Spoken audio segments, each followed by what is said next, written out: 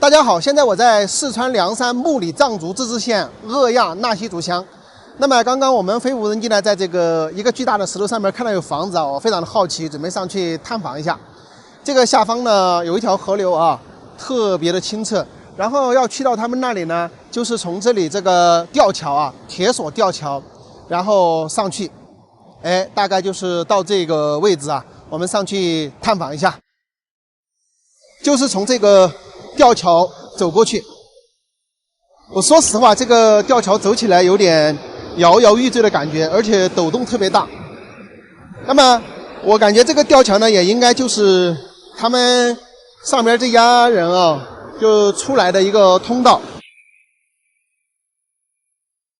我们从这里可以看到啊，那个房子呢就建在中间这个石柱子的顶端。然后我们从无人机的角度来看呢，就是他们有可能人是居住在上边，然后下边这里呢是养羊的一个养殖场地。哎，你好，你听得懂我说话不？我说你听得懂我说话不？听得懂哈？你们家住这里啊？那个上面那个房子也是你们家的？是住在上面吗？那这个下面的话是养殖的是吧？养羊。那住在那个上面的话危险不？不危险。你们家现在有几个人在家呀？4个人。都是你的什么人呀？你爸、你妈妈、你老公，4个人。2个孩子。那你老公是在外边干活吗？帮人家去了。哦。你们家养了多少羊？5、60个。贵姓啊？姓啥？金谷。姓就是金谷是吧？那你叫金谷小梅。哦，好名字呀。哎，我想走上去看一下来。哎，你要上去吗？好，那我上去看一下哈。跟这个小妹聊了几句哈。他们家呢，确实是5、6个人都住在这个上边的房子那儿。你们看这个居住的地方还是挺险的哈，整个四周呢都是这个悬崖峭壁石头。他们那个房子呢，就从这里上去啊，这些小羊好可爱啊。然后我们看看这边就是关羊的一个地方。你看这边中间一个岔口。哎，阿姨。你吃饭没有啊？吃饭了哈。哦，我到这里来玩一下的。你整这个是什么麻绳啊？麻线。麻线哈，拿来做什么呀？要打洗衣服，我们要自己做。这个拿来做衣服。我妈妈眼睛不好。眼睛不好啊？你们也是纳西族哈？我们是普米族。你是普米族？你们是住在这个上面啊？是。在上面住了多少年了？30多年不了。30多年了。那我上去看一下哈。好。我走上去看一下。可以看到啊，就是建在崖壁上的一座石头城堡。这个房子大家来看看，你们敢不敢居住在这样的地方？这边就是临崖。那他们一家6口人呢，都是住在这个上边的。当然，小的2个小孩呢是住在了学校啊读书。这个就是正面，看到吧？那么我们站在他这个房子这里呢，就可以看得开啊，几边都看得开，然后视野比较好。这里是他们的蓄水池，这个水管呢是从后山拉过来的。站到这个后边来看一下，来，大家看看这个感觉。是吧？特别陡峭吧？这个后边就是也是，全是很陡的。那水管呢，就是从那边拉到这个房顶上来的，从后山那拉过来的。我还真的是第一次看到有人住在一座悬崖的崖顶上，整个四周都是悬崖峭壁啊，而且它整个房屋的周围是没有任何的防护的，出来就是悬崖峭壁。而且听这个阿姨说呀，他们在这里已经住了30、40年了。不短的时间了，就是以前就把房子选择建在了这个悬崖顶上。大家就说让你们住在这个上边，你们敢不敢住呀？我都看到你妈妈了，她在那里好像是用那个麻绳来做啥呀？做衣服啊？我们米族的普米族啊？哎，他们当时为什么要把房子修在上面？以前是下雨的时候。哦，就是下雨的时候山洪比较大，就经常滑坡，所以他就把房子建在上面。哦，这样更安全一点，其实是啊。大家听到了哈，他们为什么要住在崖顶？这个妹妹呢就把事情说清楚了。因为这个地方的地质地貌呢比较松动哈，一旦山洪爆发的时候呢，尤其是他们这一片呢，经常会有山体滑坡，所以也是被迫没办法把这个房子呢建在那个崖顶上去的，这样呢更安全一些。即使是涨大洪水的时候，这边有滑坡呢，但是他住在那个崖顶呢，也是安全的哈，也没有多大问题。所以说呀，他们也是因为这个地方的地质不稳定，被迫呢把房子建在了悬崖顶上。我们常人啊，可能觉得住在悬崖顶上不安全，但对于他们这个地方的地形地貌呢，恰恰住在悬崖顶上呢是最安全的选择。在云南巧家县的大山深处，我们发现一户人家居住在悬崖峭壁之上，这个居住环境非常的奇特，四面临崖，正好整座大山呢就中间这个位置腾出了一块平的地方，哎，恰好呢就有一户人家居住在这里。这里想要通往任何一个地方都要经过悬崖峭壁，如此险峻的地形啊，大家是不是很难想象？怎么可能会有人居住呢？大家是不是非常的好奇？那今天大家就跟着阿泰的镜头，咱们一起徒步上崖去拜访一下。现在我们已经下了一坡，来到河边，这里有一个废弃房屋的这个地方。那么前边呢就是一座吊桥，穿过这座吊桥，然后沿着河流往这个下游走一段，那边的崖壁呢才能爬上去啊。因为这个地方的这个崖壁呢太陡峭了哈，这些地方是没办法爬上去的。这个吊桥呢也是非常的险峻啊，这下方有几十米高，看着呢这些铁条也是锈迹斑斑。上边一户人家呢，他们也是必经之路啊，必须要过了这个吊桥，然后在那边的崖壁上呢才能爬上去。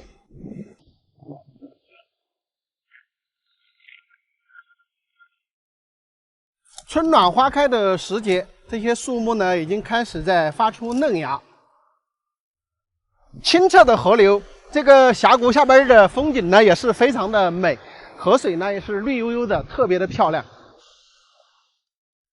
今天这边的温度呢有20多度，其实挺热的。经常看我视频的朋友应该知道啊，上面这一户人家呢，去年我来过一次，当时呢天气不是很好啊。上去之后呢，这个阿姨他们家呢在采花椒，那么阿姨还特别好心的给了我一包花椒，但是我回程的途中呢，不知道把花椒丢在哪里了。说实话啊，也辜负了阿姨的一番好心。这一次再来拜访呢，顺便也跟她道个歉啊。咱们的平路已经走完了，从这里呢就开始上坡，沿着这个中间狭长的岩壁呢，从这里爬上去啊，爬到那上面去呢，就到他们家。从这个下边开始爬坡，差不多就是半个多小时就能到上面。那么总的路程呢，也就是1个小时多一点吧。但是这个路很累啊，基本上都是笔直着往上爬。这些地方的地质情况也是比较差的，经常上面都有石头滚落。你看这些石头呢，就是上边一点一点滚落下来的。现在就翻过这个崖梁，那么特别的陡峭，在这个上面走呢，也是要非常的小心。那么我们上次来的时候呢，还碰到叔叔阿姨在背东西啊。说实话，你说这个路让你背东西，你敢背吗？自己空手走都费劲。哎呦，哎呦，每走一步都要小心翼翼。但是人家却是世代生活居住在这里啊。终于爬上来了，在这个山梁上好凉快啊！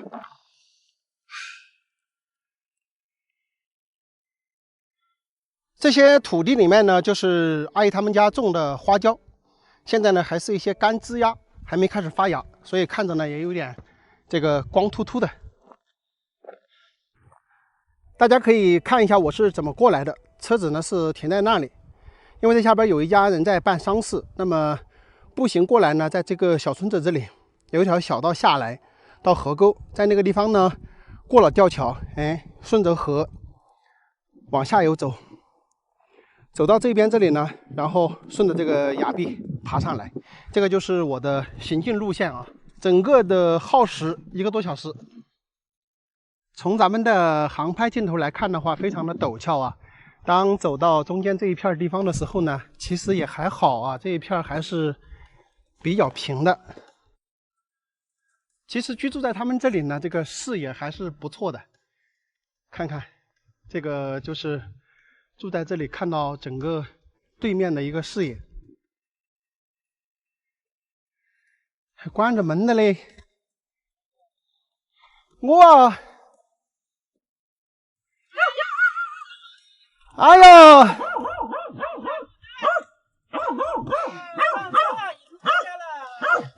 你还认得我不？认得，快来！认得呀！哎，过来毛吧。哎呀，我去年来过的了吧？你晓得呀？哎呀，我很感谢你，快来！感谢我啊？哪感谢我呀？为哪呀？我花椒你给我发出去，人家有一个柜子，那个啥子呢？江苏的啊，人家给我点花椒青莲子，买完了就是没吃到好大的。买完了啊？阿姨个人给你买完了？啊，我露水吃了。哦。给吃掌水，我烧掌水给你吃。不用，我有水啊，不烧。所以说我有水。我上次你送给我的花椒，我拿路上。我拿挂在那等烂了，人家忘记了意思。就是忘记嘞。哇，我家还有点干花椒还。不要！我说我还不好意思的，你送给我了，我拿几个还没拿拢，拿路上放起来。我就说真的掉那里呀，我说我好心拿给他，他咋掉在这？他就是不忍心烂。我说这个我们也不得手烂了。我挂在这儿，在那坐哈儿走的时候都忘了。啊，那个呢？我说咋个了？弄得乱的了，咋个不拿这个？呀，后头呢，我家儿媳妇娘呢，你误会人家了嘛？结果你两个还感情呢，不说呢，给你花椒放出去嘛？人说的你卖出名了，你2天你还按不得。我说我才误会你嘞。你肚子吧饿了？不饿啊？不饿。我说我整饭给你吃，我们小孩儿要煮饭吃了。不整，我不饿。当然有香蕉的嘛，我香蕉吃得了，前面吃，我们不拿，拿出来给他吃嘛。我不喜欢吃水果，我喝水。你们自家都产的香蕉啊？我要河边有多少一大把，你没上来看了？哎，你们家的土地不得了嘛，多嘛？哟，你走娃子桥边，你走哪里来了？吊桥了嘛？就咋子出来的花椒是我家的。河边面那些都是人家的。哦，对，一起这大面条河沟线都是我家的。你那土地还多？哟，多嘛不起作用的。你还是自家的香蕉啊，自己的。这个是熟了吗？熟了，可以吃了。可以吃啊？香的。那你放进我吃根儿。我吃下的这个香蕉啊，小根的哈。好吃啊！跟你说，我家就是米椒、香蕉。米香蕉哈。哦，对，你可以吃了，反正我们都在米了吃了。还没啷个下雨哈。下啥子？跟你说，人家哪都会瞧你们贵点些的。我们贵州经常下雨。那些好得很，跟你说，我儿子说的，温度没得我家最高。其实你们这边温度不还高。啊。它主要是山上，你们这边主要是山上全是石头，它树少得很。哦。我外面尽是大树树。你买不？那我给你带的。啥子啊？你给我带啥子来啊？酒啊。哟，你嘛没事了，你不难背啊？我就是懒得背个，我才带这个个。你喊我背个几十斤东西，我还背不上来哟，是吧？天哪，我也是在我是我就感谢你了，还背酒来给我。这是我们自己的酒。哦，你家自己产了？啊，我们自己公司产的。哦，天哪，你，我就看到给人那个有大帮人啊，说你现在的我车子开在这个半山田里的。哟，今天挤起来不到。就是你说这啥子出来啊多，完全是昨天我老能给我打到背上了。嗯，谷子啊，打谷子，把谷子背在这上面来。啊，对。咦，那才恼火。我家打5、60坨谷子。刮大风的是吧？啊，出来几大块。哟，天呐，人这黑了要不得的，黑了全是小树的那些。那人都搞哈到了是吧？哎，太黑人了，眼睛都撑不起。结果满天是黄眼黑杠的，眼睛都不敢撑。那么大的风啊！那你过年是在街上过的吗？在哪过了啊？我们老2个有羊子，我们就这过的。就在这过的。他们给种小心摆了，就这过的。我过了3个年了，在这里。哦。单独过了3个年了。因为你羊子在这里，不在这儿过年也不行。那我觉得你羊子还是不要喂的，花椒呢偶尔可以管哈。你喂起羊子你没办法走的。羊子嘛，就是说的今年子喂了嘛，要夏天呢就不喂了嘛。就是不光往河边走，花椒。对。这个喂在山里的羊，你们看看，回来都是特别精神的。哎呀，这咋了嘛？你的人啊，你今天咋个了不带起来？把人都带丢了，把人带落了。我儿今天带的哪个？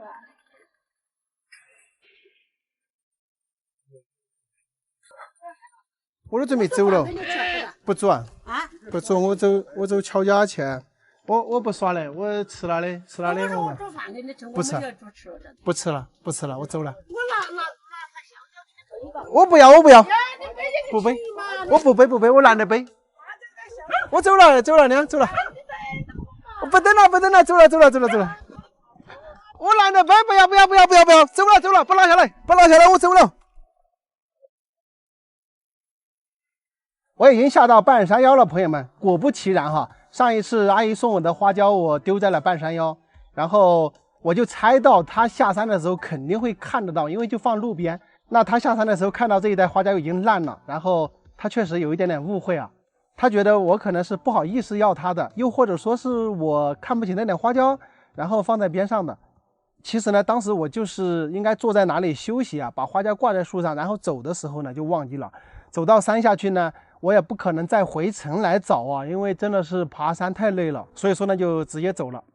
这一次出门呢，我从我们遵义的赤水，然后过来经过宜宾，经过延津到昭通，然后到巧家县，准备去往攀枝花，往丽江那个方向去啊，正好经过巧家县。我想想，哎，我还是到这个阿姨这里来看一眼，解开一下这个误会。我觉得呢也是有始有终啊，跟阿姨聊两句呢，咱们这个有一点点误会呢就解开了。阿姨也说了哈，她可能就是今年在这个上边养一下羊，然后明年呢可能就要到城里去带孙子了，然后这边的羊呢就不养了，花椒呢偶尔回来打理一下。这个地方的地质条件呢确实是非常危险，他们也说了，有一天刮大风啊，那简直是吓死人，整个这里是飞沙走石的这种状态，然后房屋顶都给掀翻了。整个这个地方的地质呢，确实是让人忧心忡忡啊。它地质不太稳，年龄大了呢，也不太适合在这种地方居住，因为这个路道走起来呀，真的是特别的危险。大家很好奇的，杏阿姨家为什么要搬到这里来住呢？那个年代呀，主要是住在这种地方呢，较少与周边邻居产生一些瓜葛，那么比较亲近，然后周边的土地啊、山林啊都是自己的，也不存在跟别人有边界之争啊。所以呢，住在这种地方呢，避免了很多的口舌。因为在以前的年代呢，你随便住在哪里呢，都是不通公路的，没有啥区别哈。但现在呢，确实是这个地方呢，在悬崖绝壁之上嘛，公路没有办法通到这里，也就成了这种与外界比较隔绝的一个地方，只能靠步行呢进出山。好了，朋友们，那本期的视频呢，就跟大家讲到这里哈，我也慢慢的下山了，咱们下期再见，拜拜。大家好，现在我在中国最窄的县城云南延津县，这座县城到底有多窄呢？我们可以看到这边这些几层、十几层楼的这些楼房呢，全部下边都是吊脚楼的一个设计。那么所有的这些楼房都是依山而建。我们看到前方那个楼房呢，它像是镶嵌在崖壁边的这种感觉。说的这个最窄县城，那么最窄的地方在哪里呢？就是前面这里，这个距离啊不足30米的距离。整个盐津县呢属于在一个狭长的峡谷之内，特别是咱们从空中看呢，这个县城看起来真的是非常的窄。那么我们来到了最窄的县城啊，我将要带大家去看一看盐津县最小的店铺有多大。听说这一家店呢就在这个桥头啊，几平方米不到的一个斜长小镇里面。盐津县城内呢，它这个道路也比较狭窄，因为受地理所限，对吧？所有的这些道路和这个房屋呢，都建得非常的集中，人啊、车呀、什么电瓶车呀，反正都在这里混为一团。因为它只有这么窄的路，实在是没有办法把它能够建得很宽。我好像还走超过了，他们说的店面就是这一家哈，梁氏面馆。煮碗面喽，燃面，大家看看这家就是最小的面馆是吧？地方最小的。你们看啊，他们这个店面就在这个公路的边上，然后呢，整个店面就这么小，只有几平方米吧，差不多。6平方。6平方，你看只有6平方米的店，要吃东西的呢，都是要坐在这个外面。你看我们这吃面的桌子就是小凳子套大凳子，哎，人坐小凳子，吃的面呢放在大凳子上。看到没有？这个就是咱们煮好的燃面。哎呦，这碗在这响。这家店是不是很有特色？咱们在这个最窄的县城，哎，在最窄的这个小店这里吃面，只有那么小的店面，他们自己在里面操作呢都是紧巴巴的。然后它这个燃面呢，跟这个宜宾的燃面的味道也差不多，因为宜宾燃面呢我也去吃过。很简单啊，就在这个城市的中间有一个桥，那个桥过来就在桥头就能找到了。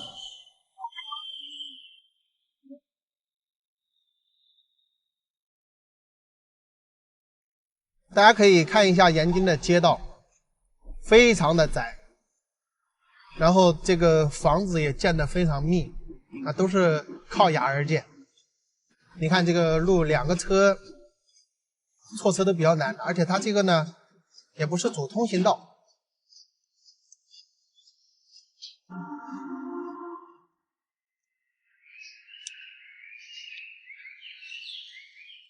我们通过航拍的镜头呢，大家可以看到这里的3路18弯。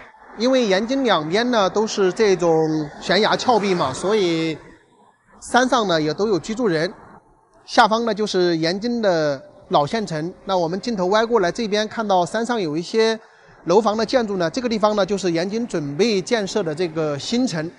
因为盐津的老城区呢确实是存在一些危险的地段啊，所以呢迟早呢这个县城都会慢慢的搬到新城的地方。看到这个地方呢，我们应该就感觉得到哈，盐津的这个县城确实是非常的狭窄。你看这个火车呢，也是从这个地方进入隧道，而且在这个隧道的上方呢，也建有很多的楼房，包括这个边上。所以说，在这里的地理环境位置呢，都是非常的严苛的。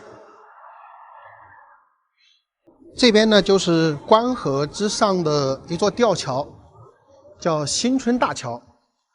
这个完全是一个铁索的吊桥。那么除了我们早上那个看到的那个通公路的桥之外呢，这个呢是工人步行通过的这个铁索桥。那就建在这个关河之上，而且这些铁链悬索呢也是非常的牢固啊。应该是已经很多年了，在这个桥上通过的人呢还挺多。那么这个整个桥呢也是不停的在闪，而且它的抖动幅度呢也是比较大的。那走在这个中间呢，我们可以一起来环顾一下四周。你像这些地方呢，全部都打有柱子啊，整个关河边上的这一整排过去的这个楼房，有10层的，有10几层的，甚至有几十层的，啊，都是在河边呢打了很多的这个柱子。这些柱子的高度呢，低一点的可能有几米啊，高一点的呢可能有20-30米的都有。基本上呢，我们可以看到这个楼房呢都是悬空在这个河边的啊。你看，包括这些房子呢，都像是挂在悬崖峭壁上的这种感觉。这个地方真正的遇到那种百年一遇的洪灾的时候呢，确实是比较惊险的，河水之大可能要超乎我们的想象啊。如果大家有机会来云南玩呢，可以到盐津来看一看哈，这里确实是全中国最窄的县城，也可以去最窄的这个店铺里吃一碗燃面，在这里看一看山，看一看水。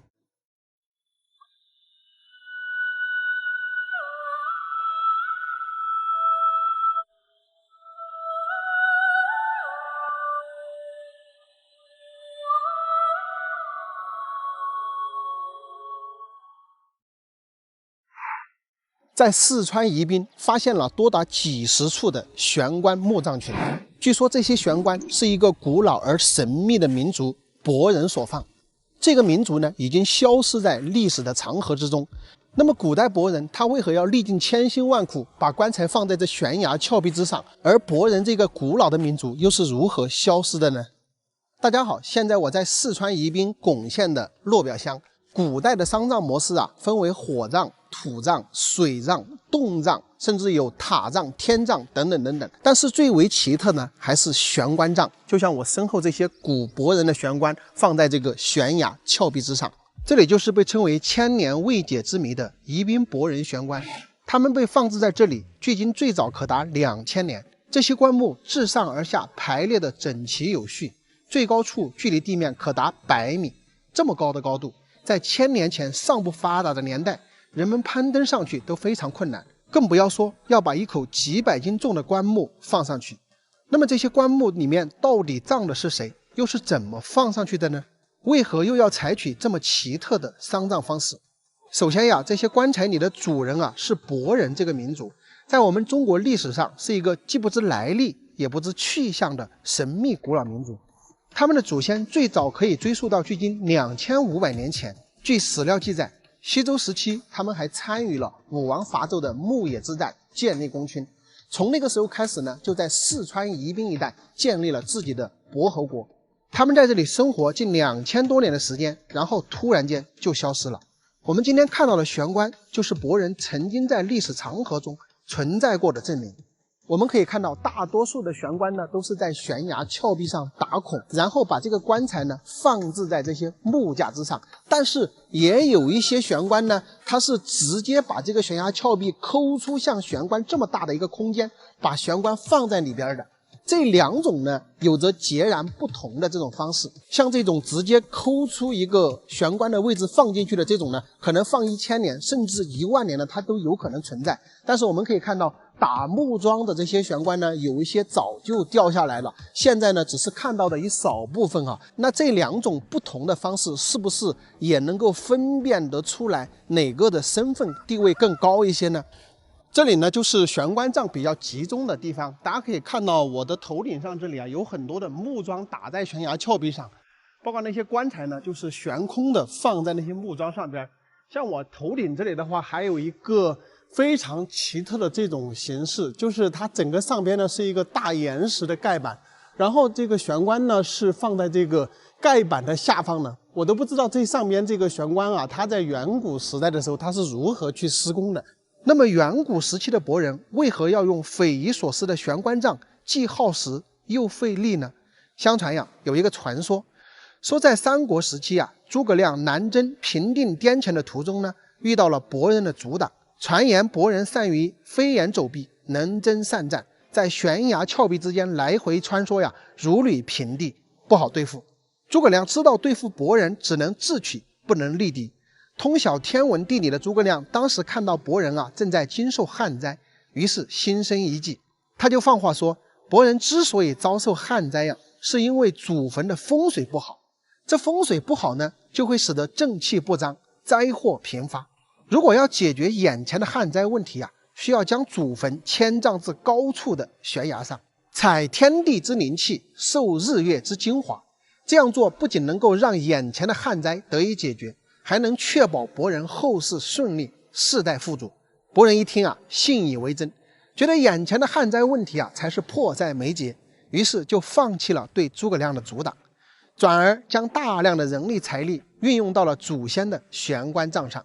果不其然呀，当祖先的棺材都吊上去的时候呢，天降甘霖，顿时呢解决了旱灾的问题。于是他们就将这种丧葬方式延续了近1000年的时间。我们可以看到这些棺材边上还有一些图案，这个呢或许就是古柏人的文字，用一些图案或者说动物来代替他们想要传达的某种思想。那么这些重达几百斤重的棺木到底是怎么运上去的呢？民间呀有很多的说法，其中可能最接近真相的应该就是绞车说，有点类似于今天的滑轮杠杆，在悬崖上方安装一个固定的滑轮装置，利用滑轮杠杆转动绞车而移送棺木。但这都是现代人的一种猜测，具体当时是怎么操作的呢，也是不得而知。那柏人又是如何消失的呢？传说呀，在明朝时期，柏人为了生存发展，争取民族自由平等，与明朝发生了10多次的战争，付出了惨重的代价。由于他们英勇善战，敢于牺牲，也击败了明朝10次的征剿。公元1465年，柏人的势力得到了扩张，起义袭击江安、合江等9县。明朝再次派兵讨伐，此时柏人光是被擒获和斩杀的寨主就达270位之多。致使呢，柏人大悲大怒，更加增添了新仇旧恨。于是他们便到贵州总兵处诈降。等指挥出来相迎的时候呢，柏人佛兵四起，5000余官兵呢被他们杀害。柏人趁势进军，沿江之南顺流而下，直抵江安、合江，如履平地啊，势如破竹。对于这一点呢，要说明一下，有人说是朝廷诈招屠杀柏人引起的仇恨，有人说是柏人诈降屠杀官兵引起的仇恨，到底是哪一种呢？还真是没人说得清楚。因为历史呀都是由血写成的，江山都是以百骨堆成的。后来明朝集云贵川3省之兵力围剿柏人，最终柏人惨败，被灭殆尽。最后剩下的柏人呢，深刻的知道朝廷也不会放过他们，纷纷的便远走他乡，隐姓埋名。至此呢，柏人便消失在历史的长河之中。在贵州赤水的大山深处，我们发现有2栋房屋居住在半山腰上，前方呢就是陡峭的山坡，后面呢是高山。整个这2栋房屋居住的地方啊，地势平坦，山川秀丽，景色宜人，空气清新，鸟语花香，还有很多土地呢都是有耕种的。我们从航拍的镜头来看呢，这个地方并没有通公路，不管是他们从哪个方向走呢，其实都没有看到有明显的路的痕迹。怀着各种各样的好奇心啊，我们准备到山下居住的村民那里问一问路，上去一探究竟。在这个峡谷的底部啊，居住着有几户人家，我向他们打听了一下哈，他们说要到这个山上，这一家人呢，基本上是要攀爬悬崖峭壁才能上得去，估计得走1个多小时。那么从这一边这一户人家的后山这里呢爬上来，我现在已经爬了差不多100米了。整个这里的山呢也是比较高，我的车呢是停在这个下边，我现在呢差不多垂直已经爬了100米了。那么这一户人家呢，垂直距离和峡谷的垂直距离大概是400多米。那你看一下400多米，他们都有铺了这个石梯，而这个石梯呢是断断续续的折弯的铺上去。那我们可以想象一下，铺这个石梯大概都要铺1-2公里的路程吧，因为它不是垂直往上走嘛。大家可以看一下他们下山的这个路啊，铺这个石梯啊，都不知道要铺多久。我估计没个3年2年他也铺不下来。可以说以前居住在上边的人是非常的勤劳的。去上边的路啊，要穿过大片大片的这个竹林。这里的风景大家看一下，非常的漂亮，全部都是竹子。走在这个竹林里边，真的是让人心旷神怡啊，整个心情都要变好不少。我真的是特别喜欢赤水这边的地形地貌，青山绿水加上这种特殊的丹霞地貌啊，看起来真的非常的漂亮。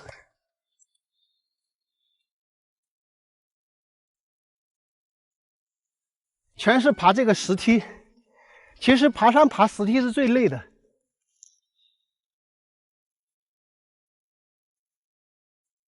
哎呀，太累了，休息一下，补充一点能量啊，喝一喝娃哈哈的苏打水。大家不是现在都在支持娃哈哈吗？苏打水挺好喝的。走累了吧？汗水钻眼睛，然后鼻涕呢也在流，我天哪！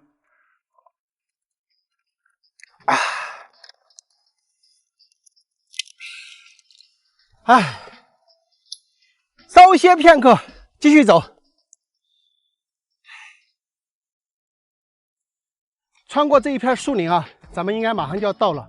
上面已经看到土地了，而且我还听到鸡叫的声音了。终于是到了这个上边，一只大鹅在那个地里悠闲地啃着杂草。这上面真的是一片广阔无垠的好土地啊！半山腰的位置，居然有这么平坦的地方，这儿太舒服了。那边那个地里看到有个阿姨啊，我们待会儿去跟她打个招呼。我们上来之后呢，就看到这里有一栋房屋啊，这栋房屋呢好像是废弃了。然后这个地板的话，都是用石头来铺的。只不过现在这一户人家呢，应该是没人在家居住了。然后有养一些蜂在这里，但是这个呢，可能是上边一户人家养的。因为我在下边的时候问过下边居住的村民哈，他们说这个上边呢，以前确实是一个小村子啊，好几户人家，但是现在呢，只有一家人居住在这里。这里是以前的这个洗菜台，包括磨刀的地方，对吧？然后水缸什么的都还在这里，只不过呢，人已经不在这里居住了。然后我们可以看到这片的土地呢都有耕种啊，估计就是那个阿姨在种的。这些鹅呢也是他家养的，包括那里还有几只鸡。吃饭没到，老人家？吃过了。耶，你们这儿还可以哦，看得开完了。香是香呀，就是破破烂的走嘛。都是像样，破破烂的走。你是住哪点呢？住那家是吧？哦，那些娃鸡都是你养的？我养的噻。你们还有几个人在家里面嘛？我家人又多，这儿都是出门口去。都出去了哈。你们这边姓哪个哟？我们这姓王。都姓王吗？我们这儿他们姓金。哦，耶，这上面的还比较平呐，这土地还多啊。土地多得很，丢荒的多得很，种的少得很喽。你这土地是用锄头挖呀？锄头噻，一口啊。没得那个牛的呀？没用就用你水台用去就。哦，现在的话就得你们一家人长期住在这儿。哦。他们就是偶尔上来干下庄稼。就是。你也是在这儿的吗？本来就在这儿吗？是别的地方嫁到这儿来的哦？原来我那底下面嫁在这儿的。你好大年纪了？我70岁了马上。你都快70了。啊。呀，看起还有点看不出来些。我面子就嘛就是70岁。明年是70岁了哈。啊。这里是不是靠四川的边界呀？我们只是四川噻，这面是贵州，这底下也是贵州。哦，意思你们这边也是属于四川了？哦。我还以为是属于赤水。不是赤水，我们这是沱江县管的。河沟对面就是赤水。哦。然后这边就是四川了。哦。一年打绳子可以卖好多钱哦？哎呦，绳这些都没好值钱的。打起绳子还是背起下去啊？是背下去噻。就从这里路背起下去啊？啊，背一背可以卖好钱嘛？背你好点还是要背7、80斤。1块多一斤。块多2块。2块钱斤哈。啊，下边上来那些步梯全部是你们自己安的啊？是噻。光安那些步梯要花不少时间。还是要花多时间找人，媳妇说的，谁得功夫深，黑不陌生真。哎，对，因为以前这上面住的人多。那会儿我这好像几十个人这会儿。就是啊，以前的话有几十个人住在上面。有7、80个，8、90个。我看老人家你还一天开心完的。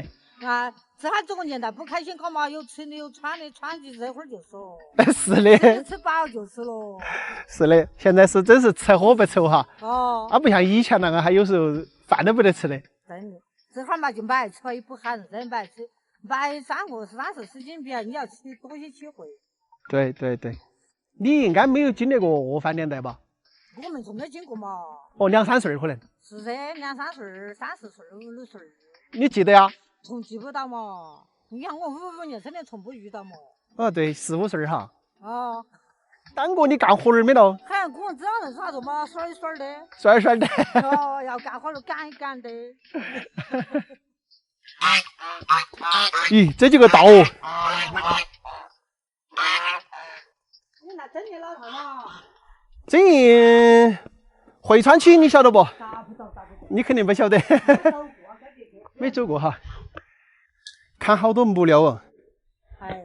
还有木料是砍来做啷个的嘛？哦，砍来做大料。这土墙安全没啊？全部都看你是湿湿。那个不问题的。不影响哈。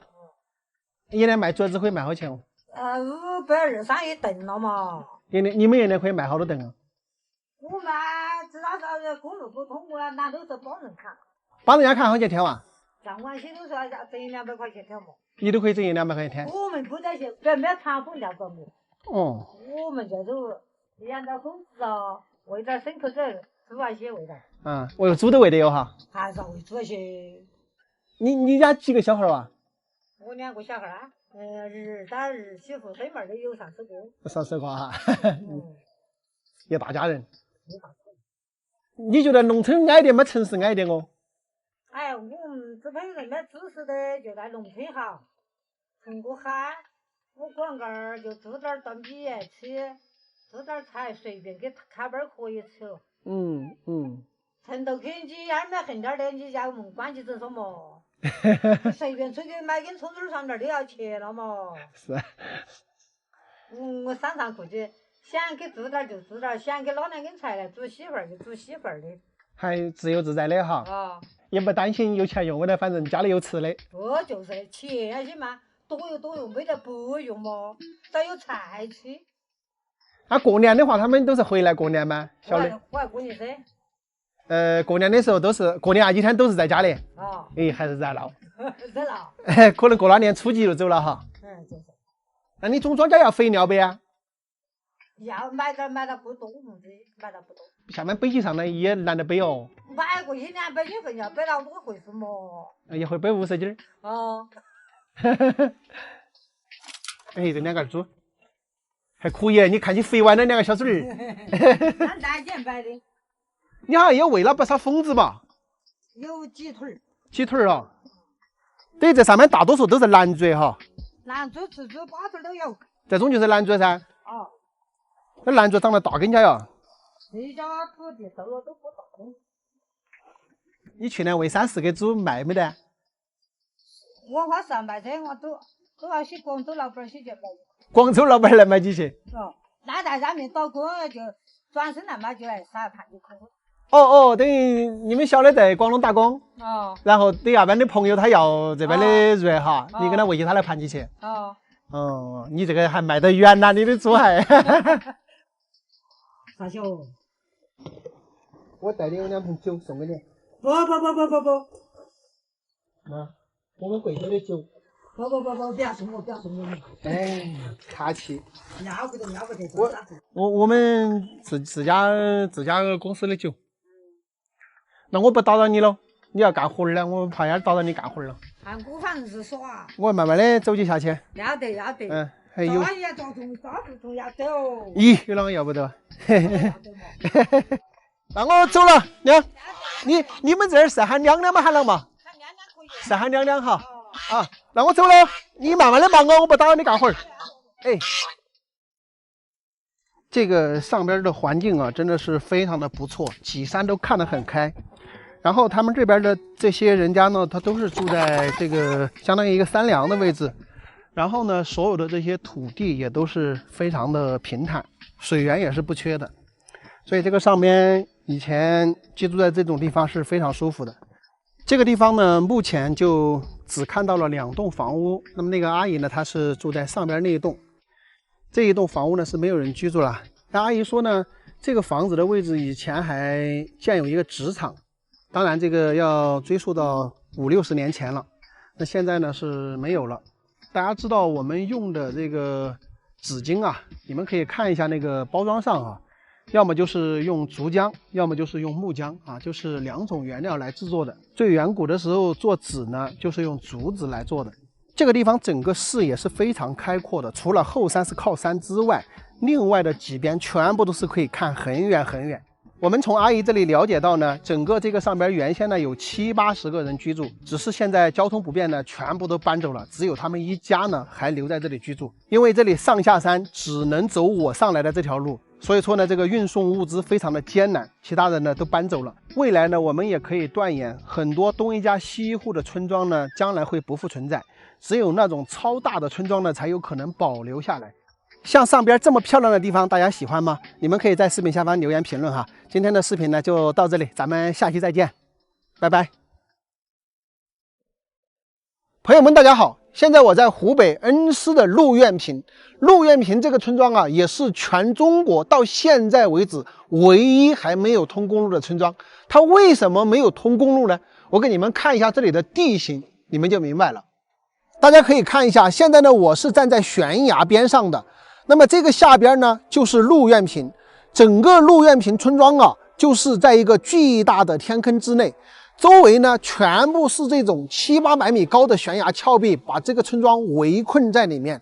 可以看到我手指的这个方向啊，是一道很深的峡谷，就是这个峡谷的高度呢，也是超过100米的，并且在天坑内的这个陆苑坪村庄呢，他们村内也被切割成两边。一边北边，一边南边，对吧？那么我们可以看到对面那个村庄好像有公路，对吗？这边呢才是不通公路的。但实际上呢，对面那个村庄那个公路呢，它也是天坑内的公路，它是不能通向外边的。再往前面延伸过去呢，其实是那边有一个斜行电梯下来，那么才能进入村庄。所以这个路呢，它只是这个村庄内的一个通行道路，两边之间的人啊，中间隔着一道很深的峡谷，他们相互之间要往来呢，也最少都要走1个多小时的路程了。那么陆苑坪里面的村民啊，他为什么要住在这个天坑之内与世隔绝呢？这里啊，还有一段非常久远的故事。明末清初的时候，因为战乱造成四川及相邻地区人烟锐减，土地荒芜。于是朝廷有了江西填湖广、湖广填四川的移民政策，大批的湖南人迁移到恩施地区。湖南桃源县的裴姓3兄弟等人便迁到陆苑坪天坑外居住，并试种湖南带来的稻谷，但是只开花不结籽。意识到是因海拔过高种不出水稻，于是寻找海拔较低的地方种植，便发现天坑底部有一平坦的地带，但无路下去。于是在悬崖上挂接36匹白布，顺着白布到坑底，发现这里地势平坦，气候温润，土地肥沃，十分高兴。但回去的时候，挂在悬崖上的白布被鼯鼠咬断，无法回去。干粮已吃完，十分着急。恰好此时见到一群美丽的山鹿沿河往山崖上走，便跟着路才爬出了天坑。之后便从这里凿路到崖底，开荒垦田，种植水稻与油茶，获得成功。后来又有其他人也陆陆续续地搬进天坑，共同开拓这一片桃源秘境。陆苑坪被裴氏探寻发现，又因陆引路走出困境，便将这里叫成陆苑坪。陆苑平方圆约5平方公里，四面环崖，构成了一道天然屏障。直到今天，村民们还沿用着几百年来的耕作方式，自种粮食，自种茶，木柴烧火做饭，自给自足，与世无争。2016年，一个旅游开发商看中陆苑坪的特殊地形，投资了3个亿打造景区，为村民修了1528步台阶，还修建了世界上最长的斜行电梯。据说光这部电梯就花了7300万。电梯长380米，垂直高度340米，大约有100层楼的高度。2021年，这部电梯建成后正式投入使用。原先步行2个小时的路程，坐电梯只需要3分钟。不管是游客还是村民，都可以多一种选择。单程费用游客90元每人，村民30元每人。不过人们到陆苑坪可能更多的是来感受与别处不一样的风景和地方的风土人情。对于陆苑坪的村民来说，陶渊明描写的世外桃源简直就是他们的家。这里土地平旷，屋舍俨然，阡陌交通，鸡犬相闻，悬崖飞瀑，峡谷河流，奇峰异景，那是应有尽有。在一处悬崖上，无人机还发现有一个山洞，洞口垒有高墙，我猜测应该是在乱世时期村民躲避土匪的避难所。坑底唯一的出口也是水流的出口，这里被深深地切开一条裂缝，水也是从这里流向江河，汇入大海。我们可以想象一下，在夏季洪水高发的季节，整个鹿苑坪周边的悬崖峭壁一定可以看到百步飞崖的壮观场面。这些水全部聚集到一起，汇流成河，千万年的冲刷和切割，硬是将这天坑底切开一条近200米高的裂缝，真的是不可思议。我们看到这样的场景啊，不得不感叹大自然鬼斧神工的创造力啊，真的是令人惊叹。这里是湖南张家界国家森林公园，想要深度游览张家界的壮丽风景，你需要安排3-4天的行程，才能充分体验这里的自然景观。门票可以使用4天，也就是说买了票在景区进进出出4天，无需再购票。说到这里，不得不佩服张家界的旅游做得真好，长时间的停留让游客游览更多景点的同时，也促进了一系列的旅游消费。我这次也是匆匆路过停留1天，未能全面体验。我是自驾从北门购票入山，目前门票价格为每人150元。如果你的目的是欣赏风景，从北门上山便可看尽风光，还能节省索道和摆龙天梯的费用。对于想要体验天梯的游客，东门是个不错的选择。当地人说，自驾从北门进是进入核心区最经济便捷的方式，很少有人走这里，所以不用排队。给大家看看我1天游览张家界看到的风景吧。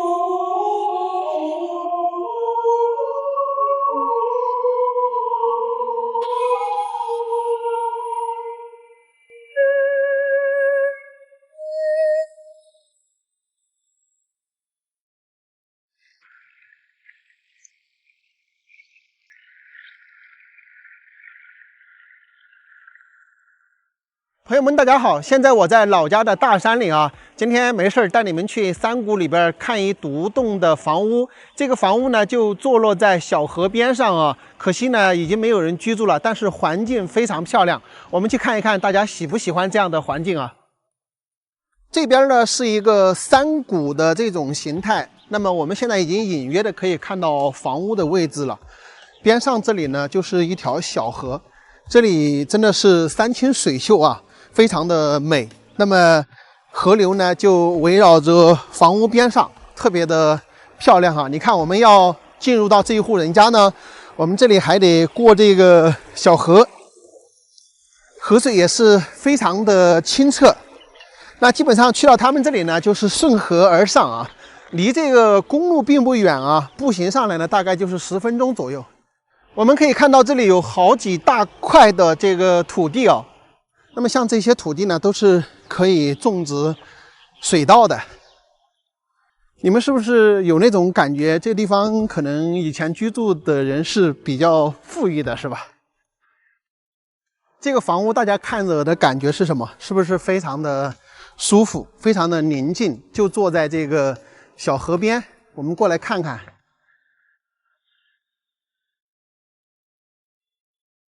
是吧？确实是没有人在家里边居住，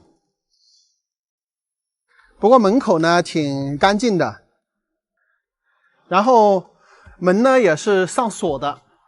我们可以看到这个房屋呢保留得非常的完好，虽然说已经有应该2-3年没有人居住了吧。我们站到这个房屋的河对岸来看一下，这里环境是不是非常的舒服？上边也有山，进去呢就是非常深的一个山谷。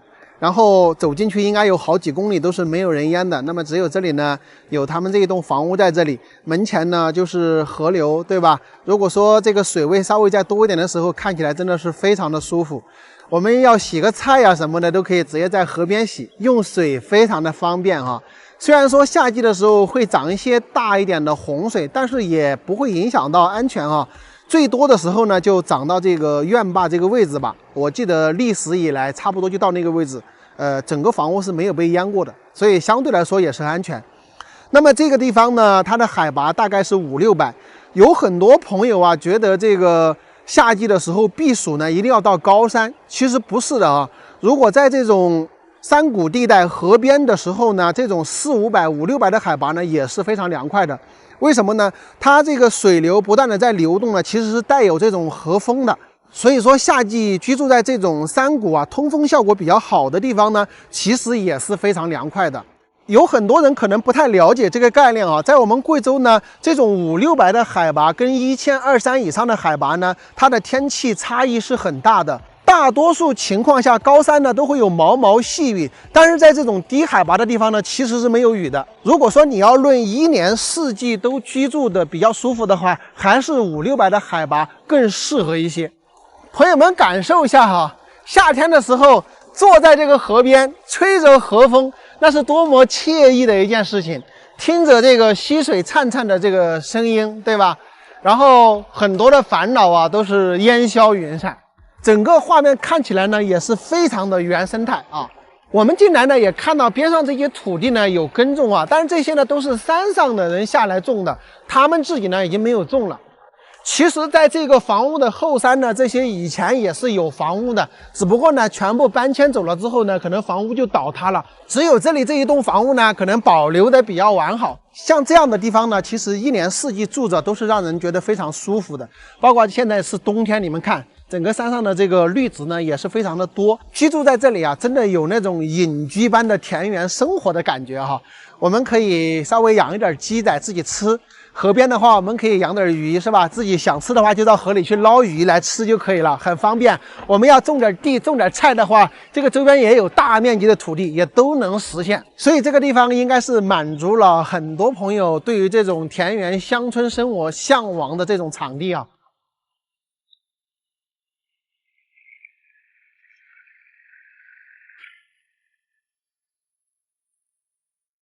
来这边的游客呢，他们是把车停到这边，然后呢乘坐小火车从这儿过来，看到没有？那儿小火车，然后从这个地方开过桥去，然后到那边一直呢就可以开到彭家寨的地方，哎，非常的方便。虽然说不通公路，但是这个有小火车可以坐到彭家寨去。朋友们，大家好，现在我在湖北恩施宣恩县的彭家寨啊。彭家寨呢是一个传统的古村落，距今呢已经有几百年的历史。整个寨子里面呢有50多户人，300多口人。别看住的都是木质的吊脚楼啊，但是每家每户的身价都是上百万。这到底是怎么一回事呢？咱们进寨去了解一下。整个寨子呢都还是这种古老的吊脚楼风格啊，看起来非常的复古，也很漂亮。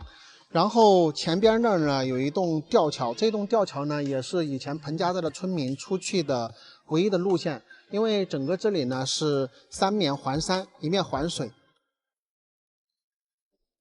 老娘，这是彭家寨啊？啊。现在还有好多人来做？那都在做啊。全部都来做？嗯。不是讲这里花了几十亿来开发吗？几十亿开发，它是彭家寨等面连哪哈儿都是那哈儿的钱。你们这边这个房子是啷个子的那个值钱呢？政府都把房子都买了吗？他政府买是买的呀，还没给你，他讲是保护。哦，你们现在还是在里面住噻？搞的居住权，他有永久的居住权。永久居住权。哎。但是房子不是自己的了。哎，没有你的所有权，只有你的居住权。哦。你贵姓呢？我姓周啊。姓周。嗯。还遇到一家人了。你也姓周啊？啊，我也是门杰周。他们这边等于是全部都姓彭吗？哎。哦，那你是外寨子的哈？哎。他这个寨子有好多年的历史了哇？还有几百年，几十代人的。几十代人。嗯。是哪个来发现的这里噻？张良高啊。张良高。是湖北大学的教授。他搞这个古建筑这块的哈。他不是的，他整个到处全国看，他就是那出廊上。那个掉入了啊，木房子成片些嘛，所以就把它保护起来了。嗯。跟咱们彭家寨里面的一位老人家聊了一会儿天啊，大概我知道了来龙去脉啊。彭家寨呢，它是已经有几百年的历史，然后里边居住的呢都是土家族人，他们的房子呢也是土家族的那种2层的吊脚楼的风格。他们这里的房子并不是什么金丝楠，也不是什么黄花梨，就是山上普通的树木来构建的。那为什么又这么值钱呢？上个世纪80年代，他们湖北研究古建筑的学者张良镐呢，在整个湖北乃至全中国呢，来考察这种古建筑，就发现啊，只有彭家寨呢，才保留了整片的这种吊脚楼的风格，是特别难得的这种古建筑群，就把这个地方呢全部保护起来了，可以堪称是古代建筑的活化石啊！据说它的价值不亚于布达拉宫啊。2018年后呢，国家就出资了30亿来保护这个古建筑的。据说少的一家呢可以拿到几十万，多的呢就可以拿到100万甚至更多的一个补偿金。那国家把这个建筑收购之后呢，就是把它保护起来，不允许呢再去翻新房子，保留这里的原汁原味。村民呢可以有永久居住权哈，可以一直居住在这个房子里。哎，这样的好事啊，还真的是让彭家寨的村民给遇到了。政府出大钱把他们的房子买了之后呢，这个永久居住权啊依然是村民的。哇，真的是太羡慕彭家寨的村民了。欢迎来到贵州，看山看水看风景，喝茶品酒享人生。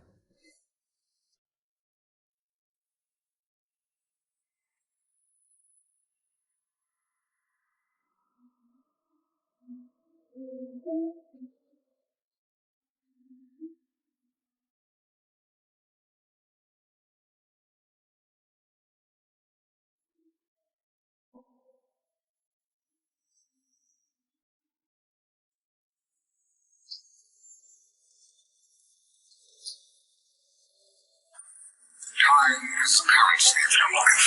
Spend it wisely. No dependence, no matter how intention you spend it for you, is on death. In the end, you may falter. But rest assured, time will not.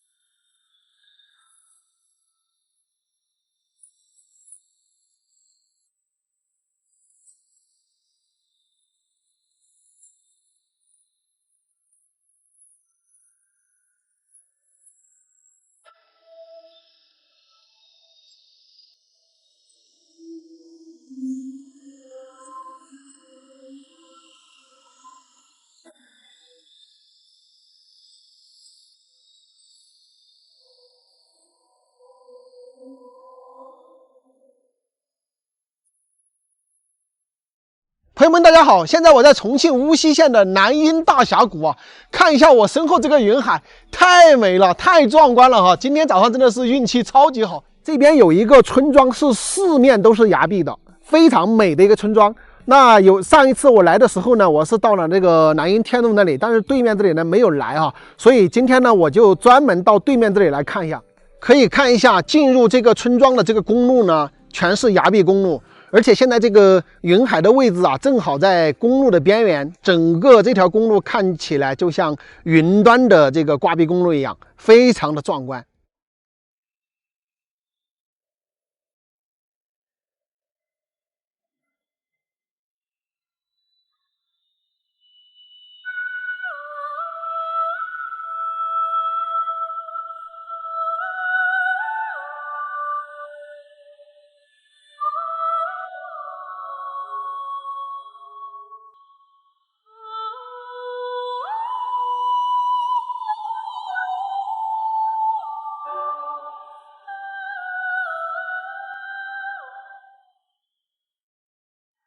大家好，现在我已经来到了这个悬崖村，正好在这个村庄最前边悬崖上的这个池子这里。他们这个池子啊，整个周围全部是用围墙围起来的。村子前边崖壁口这个池子呢，它是一个弯月形的形状。那么前方呢就是悬崖峭壁。那么我们在地面呢是没有办法看到它这个池子的一个全景的。我们的车子呢是从那边那条悬崖公路开过来的，而且那一段悬崖公路整个长度有4-5公里，基本上都是类似于悬崖公路的这种地形。那这个村庄呢，它实际上就是居住在中间这个悬崖中段的一片的这个平地的位置。那么往那边去呢，也都是悬崖峭壁，后山呢是高山，也都是崖壁，包括这个村子的前方呢，也是这个悬崖峭壁。所以这个地方呢，在以前呢，基本上可以算是一个与世隔绝的地方嘛，随便走哪个地方呢，它都是要行走在崖壁之上才过得去。现在呢，咱们是有几个疑问的：这个村子的人搬到这里来多久了？他们那个崖壁公路是什么时候修的？这个村口的前方为什么要修一个弯月的这个池子呢？它有什么寓意吗？我们村里面找个人问一下。说在挖啥子哦？挖地哦。不用牛吗？不用牛，都是用手工啊。对。用牛不是轻松点吗？我们没有喂牛嘛。没有喂牛啊。是贵姓的？我姓朱。朱德的那个朱？哎，朱德那个朱。啊，这个村子的地名叫哪啊？叫高洞村。高洞村。你们这个地方是不是盛产中药？产呐，出没牛呢，前湖哈。这个东西啊，高中低都出，不出的什么呢？党参白母。党参白母不出？不出。我们这儿高不高？低不低？这儿好高啊？这里可能有个1200-1300吧。1200-1300哈。大概就什么样子，反正我也不具体去知道。特别适合住人的地方就是1200-1300。就是那么个地方啊。这个村庄建村有好多年了呀？哎呦，解放以前这儿就有人。这儿就有人哈。解放以前的人在这个地方居住了好多年了呀？哎呀，那具体不清楚。具体不清楚。我都是解放过后生的。他这个地方确实比较奇怪，全部到处都是悬崖崖哈。对呀，他就在半中间是那么个灯灯儿。就在这个地方。那最开始来的人是哪些人呐？哎呀，刚刚在这儿来的人，据说是姓李。姓李。后来呢，就是姓张、姓李、姓王，这些都是从别处搬到这个地方来。解放前，穷苦农民没得土地上。解放以后，感谢党，这个把狠人，统统的把他，这个。就是以前这个地方也有狠人。有啊，有地主。有几个地主啊？我们往常这个地方，它都是一家地主。相当于这个所有的人做的土地都是这个地主的。对吗？就是帮他。帮他干长工、打短工嘛。当常年的意思嘛。对嘛，就这个意思，对的。等于后来打地主之后啊，就跑了。地主那些嘛，把他的土地呀都分了呀。等于而且叫么呢？分胜利的果实嘛。对。他的那个财产就分给这些老百姓的，这些老百姓就在这里生长居住嘛。对，这个公路没有修通之前的话，应该就是走矮路是吧？哦哟，这个路哈，没有修通的时候，我们这个地方的人往外地去，都要从那个五罩子的地方那个上到再下。那就是走爬崖。要爬崖的，反正。爬崖。全部要走那么上下。因为你不爬，你这个地方不爬崖，走哪都出不去。对嘛，就这个意思。那我看那个修那个矮路啊，起码修好几公里了，矮别路。那个路是哪个时候修了啊？19年、80年，具体哪一年到底那条路我也可能记不起了。是开化公司排的那个头。那个时候都也是用娃娃机了哈，已经。哎呀，没得，全部是靠人工。等于这条路以前修的时候全是靠人工修的。全部是靠人工，从那些崖上那些路哈，都是用2锤钢钎，用钢钎打进来，用瓦这个底下要灰起来，然后灌炸药进去，把它炸开的，都是靠人工抱着锤打，并且是义务。这条公路你不修谁修？你的家乡谁给你建设？就要靠你自己的双手嘛。对，现在住有好多家人啊。那晓得有几十家呀？几十家哈？那是几十家，那具体我也不清楚。我看你们这里都发展的挺好的，家户户都楼房啊。也不那么太好，我们这个地方呢，都是靠出门打工。都是靠出门打工，都是靠出门打工挣点油盐钱回来，然后有点多余的就来起点房子，就是那么个劲。我们这个地方他的说法就是哪个呢？他说，四川的人就不，没得户啊，挣了几个钱就要先来求。他是这样说的啊。这个地方是不缺水的哈。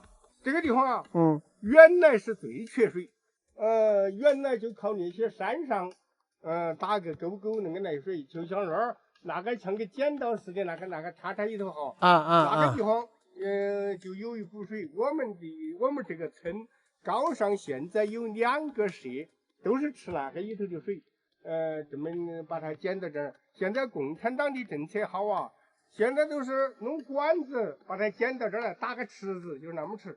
高山没得水，就是在那个山那边捡水来。这后来我们这修了双通大堰过后，就是那个水池子，叫双通引水工程。这儿还一搞成了过后啊，一到冬天里没得水吃的了，就抽那个的水，抽上高上去，供那个几百个人吃水。原来在没有开挖那个池子，没有搞这个提水管的时候，高山的人一到大天干，那个爱县线上全部是在那儿来挑水哈，全部是在那儿挑水池。等于这个池子是为了吃水修的，双通引水，不是说光叫吃水。我感觉这个池子修得很好哎。这个池子修得好啊，这个水流到下面去啊。我感觉这个水池修了风水都要好点。对嘛，是吧？有没有人那个说过？有人也说过。这个也不奇怪嘛，老百姓吃水用水方便些，就这么一个大的开挂，就这么个意思。听这个大叔说了之后，才发现这个池子它是一个大工程，从湖北那边引水过来，放在这个崖壁上了。整个池子的深度有8、9米，怪不得我们从空中看下去，这个水啊都是绿的。从这个地方呢，可以把水放到这个峡谷底去，然后发电。据说这个是一个超级大的工程啊，当时修的时候修了好多年。大家可以看一下这个村庄的后山，还有700、800米的高度，所以你看，基本上大多数时候呢都是云雾缭绕，看不到上边的山间。那么刚才大叔也说了，他们以前要出门的话，还不是走现在的这个公路，而是从这个山顶上翻到另外一边再去，来回都得走几个小时。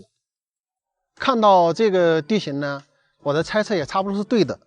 最开始到这里来呢，就是有钱人，以前古代的有钱人地主。后来这个地主倒掉了之后呢，住在这里的所有人呢，就把这些土地呢都分到各家各户。整个这个村子呢，现在看起来非常的漂亮哈，基本上家家户户呢都把这个楼房修起来了。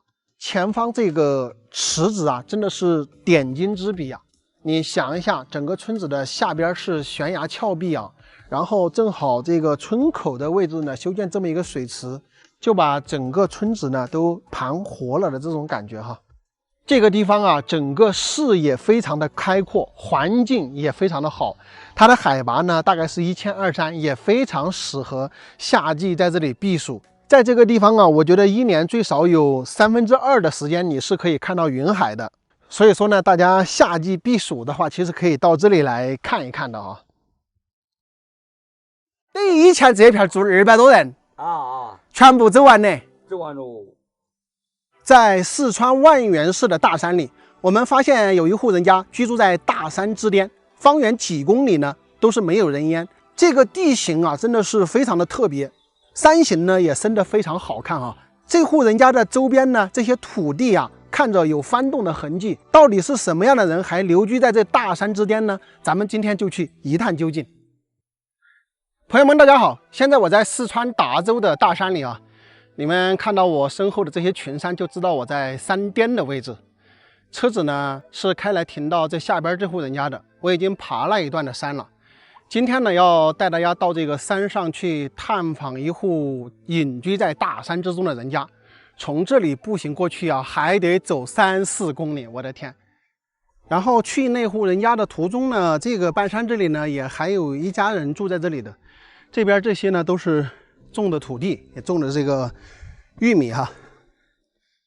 你们是不是以为我要到的是身后这户人家呀？不是啊，大家可以看一看啊，去那边的话还要走这种毛狗路，因为这个几公里的小路呢，其实走的人又少，基本上呢也很难说把这个草给它除一除啊。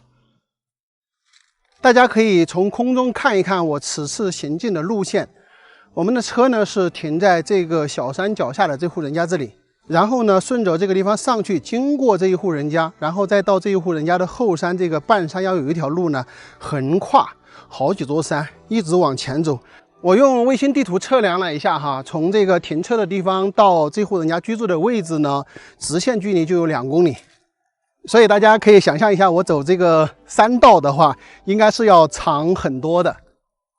现在呢，我已经到达了半山腰，大家可以看一下我身后这些所有的土地，以前呢都是有种的，现在可能人都搬走了，然后这些地方呢也全部就丢荒了。时过境迁呀，大山里面的人呢，一户一户的都往外搬，所以呢，这些以前的耕地呢，也大多数丢荒了。这里大家看到吗？还搭有一个简易的小木棚。我估计啊，以前在这些大山里边，其实有很多人家户居住，可能他们这边呢搬迁的比较早。我的猜测是没错的哈，大家可以看到这里就是一个牛圈，对吧？以前的牛圈整个上面都没有了，这些木料呢，不久的将来可能就是3年5年吧，都会化为灰烬，啥也看不着了。所以啊，我觉得山里面建房子啊，尽量的可以建木房。为什么呢？一旦没有人居住呢，最多就是过个10来年、20年呢，它就归于平静，归于自然，就不会留下任何的建筑垃圾。像这些木料呢，它再过一段时间呢，可能就化为尘土了，就不会去破坏到大自然。我们建的钢筋水泥房啊，哪怕你过100年、200年呢，它依然还在那里，所以对整个生态呢，其实是有影响的。这个路啊，基本上就不怎么看得到路了啊，都是看到一些杂草。当然，这个路的印记呢还在。那我估计以前的话，这边应该不止一家人居住啊，住的人还挺多的。前面这个山啊，大家看看，老漂亮了。你们有没有感觉像一个驼峰呢？中间可以骑个人。这个山上老多的这种红籽了，就我们俗称的救军粮。大家饿了，实在是想填饱一下肚子了，可以采点吃。但是我现在呢就不能采来吃，为啥呢？要跟大家说话。待会儿你们看到我牙齿上粘的全是这个的话，就尴尬了。今天这个路啊，其实还算平坦的，要是太陡的话，我也不太想来。只有就是刚开始的那一段是上坡，然后跟着这个山过来的时候呢，基本上都是比较平缓的地带。穿过了刚刚走的这片森林呢，然后我们到这边又是一大片的荒地。大家可以看到，这些全部是荒地，也就是人搬走了之后留下的大面积的这个荒地。这边确实是一个非常适合搞大型养殖的地方啊。因为整个山上的话，方圆几公里都是没有人居住的。那么这个山上的土地啊，从我现在观察来看的话，应该还是比较肥沃的，所以说长草也长得比较好。你看这些里面这些枯草，全都是长得比较茂盛的。只不过到冬天之后呢，它有一些草呢就干枯掉了而已。你们别说，我一个人走在这个山里啊，有时候也会被吓一跳，因为这些树林里啊，卯不齐的有个什么小动物啊，有个什么鸟啊，它噗一下就飞出来，当时你就给吓一跳。尤其是野鸡最吓人，它也扑出来的时候呢，它那声音老响了，特别刺耳。快要到了啊，快要到了。这边这些土地都相对比较平坦一些。那基本上呢，到这种地方呢，就能够感觉到这边呢是居住人的地方了。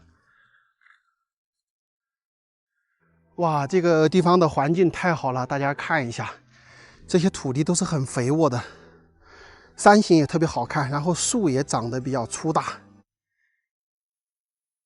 是不是老舒服了？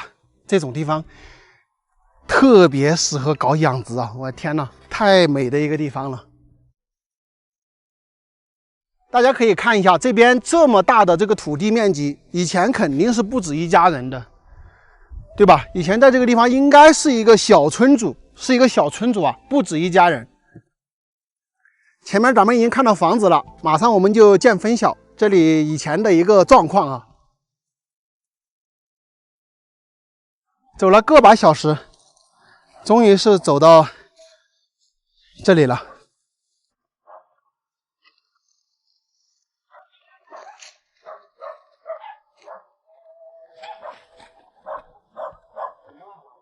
这边挖了好多的地。吃饭没得水？吃饭没得？吃了，你咋子？我来耍呀！你一个人住这点呢？你是哪个啊？我说你一个人住这点呢？啊。哦。你哪里的？我啊。啊。贵州的。贵州的啊？啊。来得远哦哈。来得远。哎呀。后面。对呀。奔我。等于现在就是你一个人在这里呢？啊，我在这放羊子了。在这里放羊子哦。哦。呀，你们这个房子都还是以前的那个土墙房哈。这个房子建了好久了？哦，几十年了。都几十年了。你贵姓咯？姓熊。熊。啊。这点以前应该不止你们一家人噻。现在以前这里有好多家人啊。哦，200几。200多人呢。啊，搬完了，我都是在这来放羊子。哦，你们也是全部搬着的，在这儿来放羊啊？就是每天都在这里看羊子啊？喂了好多羊子吧？我卖了些，那才还有接近20个吧。还有20个。山上有野货，信没得？包谷出来就多也多。那几年你不庄稼就没得好多野收入啊。你一个人还种了好多地哇？种了1、2亩地吧。2亩地哈。我看你们这里土地还挺好的。嘿，建造哪得到好久都不得走完。我们那个土地都好哦，公路没弄。对呀，我又看到这里土地好啊，出粮食的很哈。嘿，天嘞，那是好得很。这里应该不缺水吧？缺水吧？水也不缺哈。哎，以前200多个人都不缺水啊。以前不缺水哦，那么多人。那就是个好地方哎，你们这点儿。啊，260、70个人哦。就这一片260、70个。啊。那不是房子都几十栋？哎。这点住人有好久了？嘿，住的人那是有几十年的。我们原先还不是搬家子那头，拿的那他搬到那头。哦，搬来这儿来的。啊，这写不给的地那几年。哦，以前是写地方。啊。后来这个土改之后就分了哈。啊，就住在那里哦。这个地方其实好哎。可以哦。你们这个地名叫哪个地名嘛？刘家寨。叫刘家寨。啊。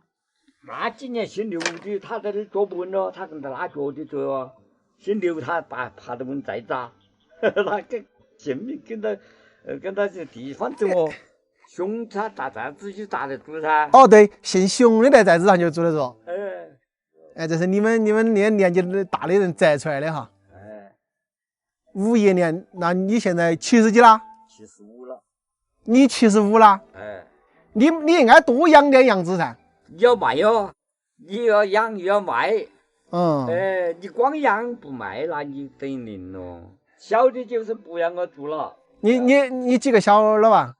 是2个女儿2个儿嘞。你也福气好，都成家立业了哈。是老幺还没成到家哟。你还养的有丰啊哈？还有哦。你一年搞这些搞得了好多点钱咯？哎，还是不咋的哦，挣18000块钱嘛要。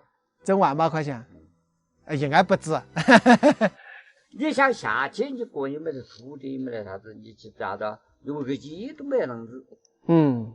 还有个女儿在读高中，你读高中1年要好多钱？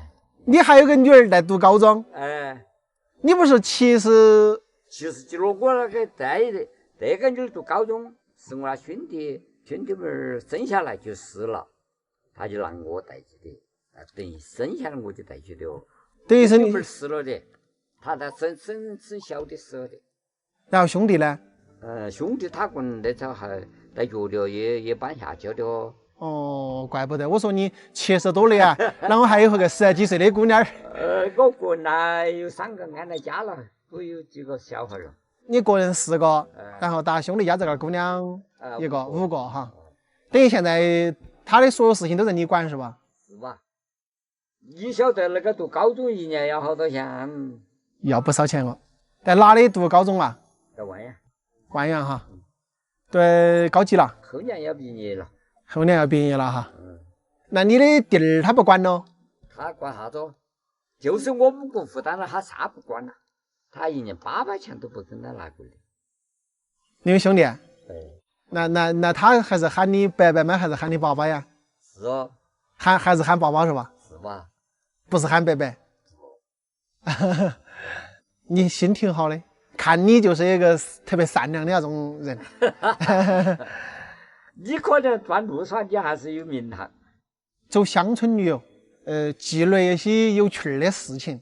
有时候呢，也看到这些地方好啊，也做一些宣传。有一些开发的人啊，他看得中啊，他就可以来嘛，这个地方也有好处噻。哦，对，你说那个话那是对的。你搬下去之后上来有几年了？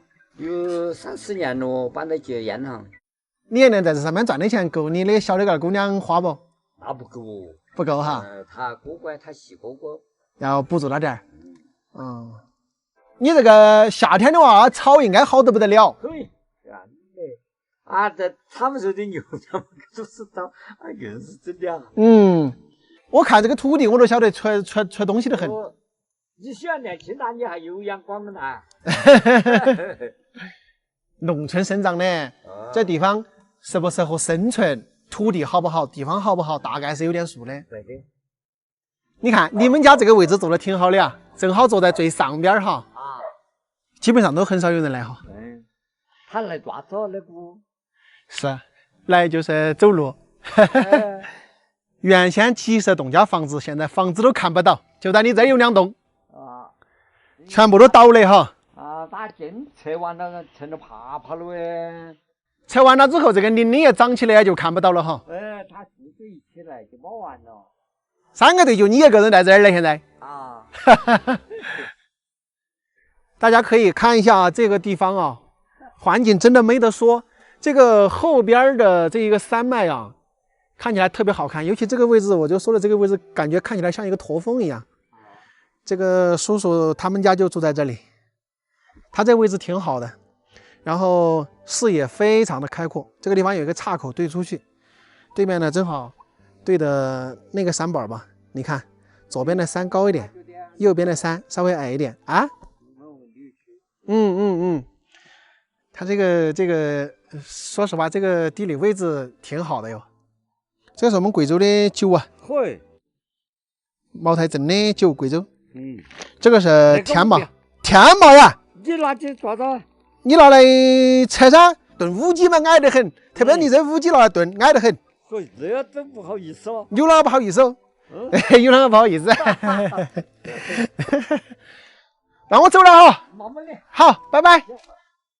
我跟你们说，这个地方真的是太爽了。这个上边的土地起码有上千亩，大叔也说了，他们这里以前是3个队，有200多人，相当于最少有50-60户人家。因为交通不便呢，陆陆续续的全部搬走了，所以啊，也印证了刚才我的想法，我就知道这里可能是坐着一个村主，因为整个土地太广袤了，那么多的土地。但是时过境迁呀，现在就剩大叔一个人在这里固守着这一片地方。这个地方呢，水源也是不缺的，整个这些土城啊，我走在这里，我都感觉得到地下水源丰富。包括你看，今天这个太阳晒了一整天了，但是我走在这些土地里啊，它整个土质都是湿润的，就证明一个什么道理呢？就是这里的土壤它非常的保水，这也就是这个地方的这些土地是非常出粮食的一个原因。那么跟它的特殊地理位置也有关系，它处于山顶下一点点的一个狭长凹槽地带。那这种地方呢，它就是能够保得住水的地方啊。大叔一个人留在这个山里呢，他养一点蜂啊，养一点羊啊，我估计他一年也应该能够挣个1万多块钱吧。有很多朋友啊，不是想寻找一片大山里面的地方来创业吗？我觉得这儿挺合适的。你养多少的牛羊，我觉得都问题不大。可能就是运送物资比较难一点啊，有几公里的这么一个路程，需要人力。综合这个地方的情况来看的话，可能是养羊比较适合一点，因为养羊的话基本上不怎么吃粮食嘛，稍微的把这些土地种一种呢，也就够了。好了，朋友们，那本期的视频呢就跟大家说到这里啊，咱们下期再见，拜拜。